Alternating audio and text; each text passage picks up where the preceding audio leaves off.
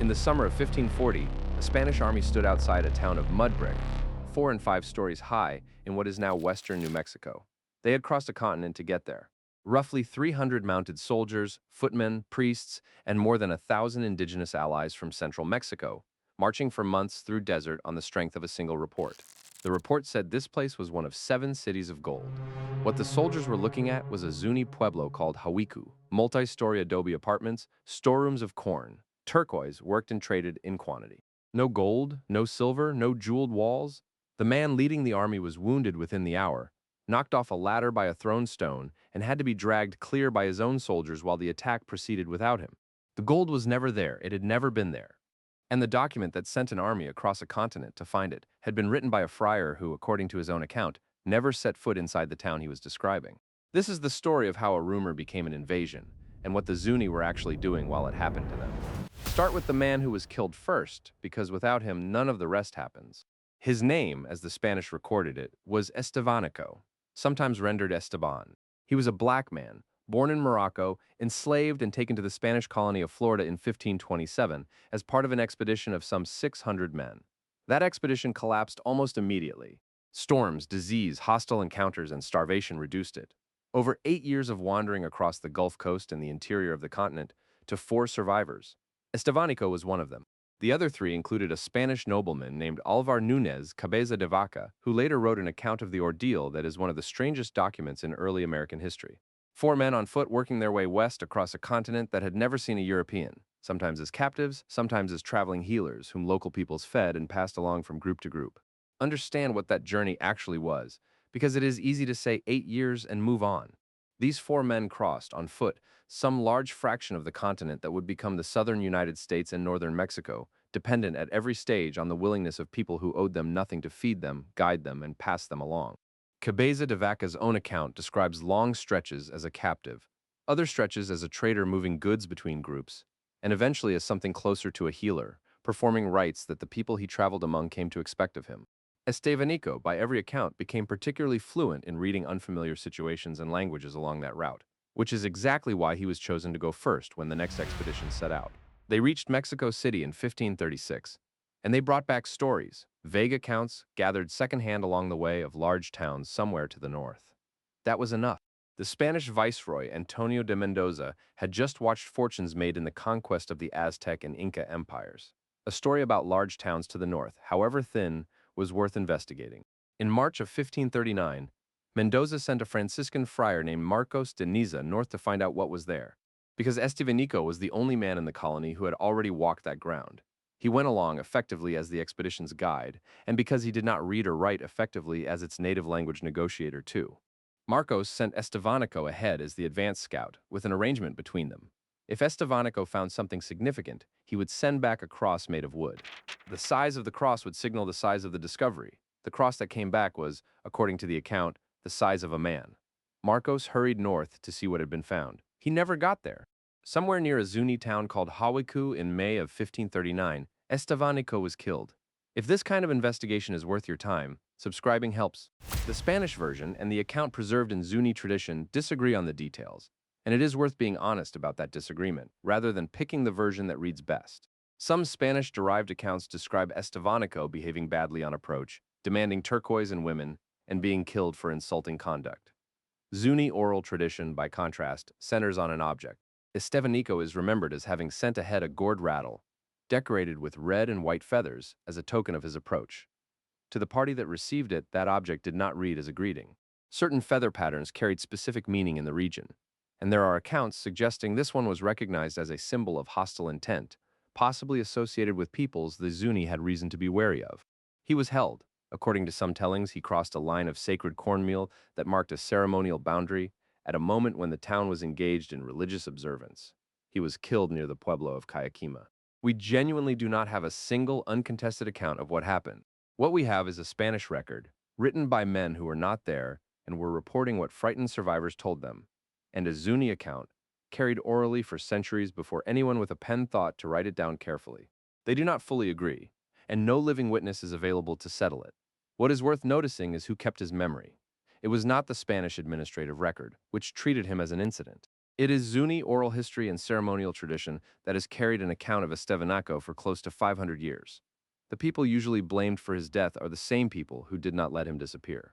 Now, back to Marcos. According to his own official report, when word of the killing reached him, he did not turn back immediately. He claims he continued on cautiously until he came within sight of Hawikuh from a distance, and then withdrew without entering it. What he wrote next is the hinge on which this entire story turns. He described a city larger than Mexico City. He said the doorways were set with turquoise. He implied wealth on a scale that would justify an army. Here's the detail that gets left out of almost every popular retelling of this story. Marcos's original written report does not actually contain the word gold. What it contains is a description of a large, wealthy town, viewed from a distance, full of implication and comparison to the riches of the Aztec conquest, without a specific inventory of treasure. It did not need the word. Everyone reading it in Mexico City in 1539 had just watched Cortez's conquest of the Aztec Empire make ordinary soldiers wealthy beyond imagining. A report describing a large, rich city to the north did not need to spell out gold. The audience supplied it. Scholars have argued for close to 500 years about what Marcos actually did on that journey. Did he genuinely see Hawikuh from a distance and misjudge its scale, mistaking sunlit adobe walls for something grander? Did he never get anywhere near it and construct the description from what Estevanico's Sonoran companions told him after fleeing the attack? Was he protecting himself, aware that a report of failure would displease a viceroy who had funded the expedition specifically to find wealth? Was he acting in coordination with Mendoza to justify a larger expedition that had probably already been decided on? There is no surviving evidence that resolves it. Marcos never faced serious consequence in his own lifetime for what he wrote. He went on to a senior position in his religious order and died in 1558, the question of what he actually saw still unanswered. What is not in question is what his report did. It reached Mexico City, and Mexico City heard gold, whatever the document actually said, and the following year, an army was raised. Francisco Vázquez de Coronado led it, roughly 300 Spanish soldiers, both mounted and on foot, and more than 1,000 indigenous allies recruited in central Mexico, a detail that is frequently left out of the story and should not be. This was not simply Spaniards against Zuni. It was a large mixed force assembled under Spanish command, marching north on the strength of one document. Marcos himself went along as guide. They reached Hawikuh in July of 1540, and the 6 Zuni towns clustered there were not gold. They were pueblos. Working agricultural and trading communities, multi-story adobe construction, storerooms, turquoise worked and circulated through an extensive regional trade network that reached in various forms hundreds of miles in every direction. A real economy built on food, water management, and craft goods. Not a myth, a society. It is worth being specific about what that trade actually was, because it is the thing the Spanish walked past without recognizing. Turquoise from mines in the region had been moving through Zuni and neighboring Pueblo hands for well over 1,000 years before Marcos ever set out. It traveled south into Mexico, where it was worked into religious and ceremonial objects, prized by cultures that themselves rivaled anything in Europe for craft and organization. In exchange, shell from the Pacific and the Gulf of California, macaw feathers, copper bells, and other goods moved north. Hawikuh sat inside that network, not at its edge. The towns themselves were built for defense in a landscape with real threats, and the design mattered more in the coming weeks than anyone marching north with Coronado understood. Ground-level walls were often left without doors. Entry was from above, by ladder through the roof. Pull the ladders up and a pueblo becomes a fortress with no door to break down. It is an old and effective design, and it is exactly what the Zuni did as Coronado's force approached. There was, by the standard formal procedure, the Spanish used before an assault of this kind, a document read aloud to the Zuni in Spanish, a language none of them spoke, informing them that they were now required to submit to the authority of a distant king and a distant church, and that refusal carried the threat of war, death, or enslavement. That document had a name, the Requerimiento. It had been drafted by Spanish jurists decades earlier as a legal formality, a script to be read before any conquest, so that resistance could be recorded as the native's own choice rather than an act of aggression by the crown. It was read by law in Spanish to people who had no way of understanding a word of it, and its function was never to inform. It was to create a legal record that consent had been offered and refused. They did not submit, according to the Spanish accounts. The Zuni, aware that Coronado's men were converging on the town, laid down a line of sacred cornmeal and withdrew their access ladders. The confrontation escalated. Coronado himself, wearing gilded armor that made him a conspicuous target, led the advance and was struck repeatedly, hit by stones and arrows, and finally knocked from a ladder he had climbed trying to force entry. He went down hard enough that several of his own men had to throw themselves over him to keep him from being finished off. and he had to be dragged clear of the fighting while it continued without him. Within roughly an hour, the town had fallen. Several Zuni were killed. The Spanish took the storerooms. One of the Spanish chroniclers on the expedition, Pedro de Castaneda, recorded what they actually found inside: provisions, turquoise beads, no gold. Coronado's own later account is direct about it. He had been sent to find one of the richest places in the world on the strength of Marcos's report, and instead found a modest town whose people had nothing resembling what had been promised. His own words to the viceroy amount to a formal complaint. Everything Marcos said, he reported, had turned out to be the reverse of what was actually there. Marcos was sent back to Mexico City in disgrace under armed escort, ostensibly for his own protection from the men he had led north on false promises, but effectively as a public admission that his report could no longer be trusted. Coronado's expedition continued for 2 more years, ranging as far as the plains of what is now Kansas, chasing a second rumor of golden cities that also turned out to be nothing. It found no wealth anywhere. It returned having accomplished, in the terms it set out to achieve, essentially nothing, at a cost the Zuni, and every other community it passed through, paid first. Marcos himself never really recovered his standing as an explorer. He did retain a senior position within his religious order, and lived out the rest of his life in Mexico, dying in 1558, but his name became attached, permanently, to the word fabulous. That is the reputation 5 centuries of scholarship have not fully settled, and it is worth being precise about why it is not settled because the uncertainty itself is the honest part of this story. Hawikuh itself did not simply vanish from the story after 1540. The Spanish returned decades later with missionaries. A mission was built at the pueblo in the 1620s. In 1632, the Zuni killed the resident priest and abandoned the site for 3 years rather than face reprisal, then returned and rebuilt. Apache raids later burned the mission a second time. By the 1700s, Hawikuh had been abandoned for good, and what remains today is a ruin, its outlines still visible on the ground, protected as an archaeological site. The Zuni themselves did not disappear from that landscape at any point in this story. They are there today, in the pueblo of Zuni, New Mexico, and Hawikuh is remembered as ancestral ground, not as a lost civilization requiring rediscovery, and the pattern set at Hawikuh did not end at Hawikuh. Within weeks, Coronado sent a detachment northwest to investigate reports of more towns. They reached the Hopi Mesas and found more of the same thing the army had just failed to find at Zuni: villages, farms, trade. No gold. The rumor simply moved on to the next people in its path, tried and failed there too, and moved on again. So where does that leave the phrase 7 cities of gold, which is still what most people know about any of this?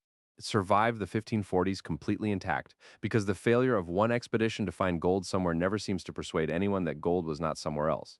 The same underlying rumor, or close variants of it, kept European explorers moving through the American interior for another century and a half. Cities of gold get relocated when the current location fails to produce them. They do not get abandoned. And there is a deeper root to the story that predates Marcos entirely and deserves 15 seconds, because it explains why anyone believed a report like his in the first place. The 7 cities legend did not start in the Americas. It is a medieval Iberian legend older than Columbus about 7 bishops who supposedly fled a Muslim conquest of the Iberian Peninsula in the 8th century, sailed west across the Atlantic, and founded 7 golden cities on an unknown island. Circulated in Spain and Portugal for centuries before there was an America for it to attach to. When Spanish explorers reached the Americas, the story did not go away. It relocated. It attached itself first to islands in the Atlantic, then to rumors from Mexico, and in 1539 it landed on 6 adobe towns in the New Mexico desert that had never claimed to be anything other than what they were. Marcos did not invent the fantasy of golden cities. He inherited a legend that was already centuries old and already looking for somewhere to land, and he handed it a place to land on. That is, in a sense, a more unsettling explanation than a simple lie, because it means almost any report of a wealthy unknown place arriving in Mexico City at that moment would likely have produced the same result.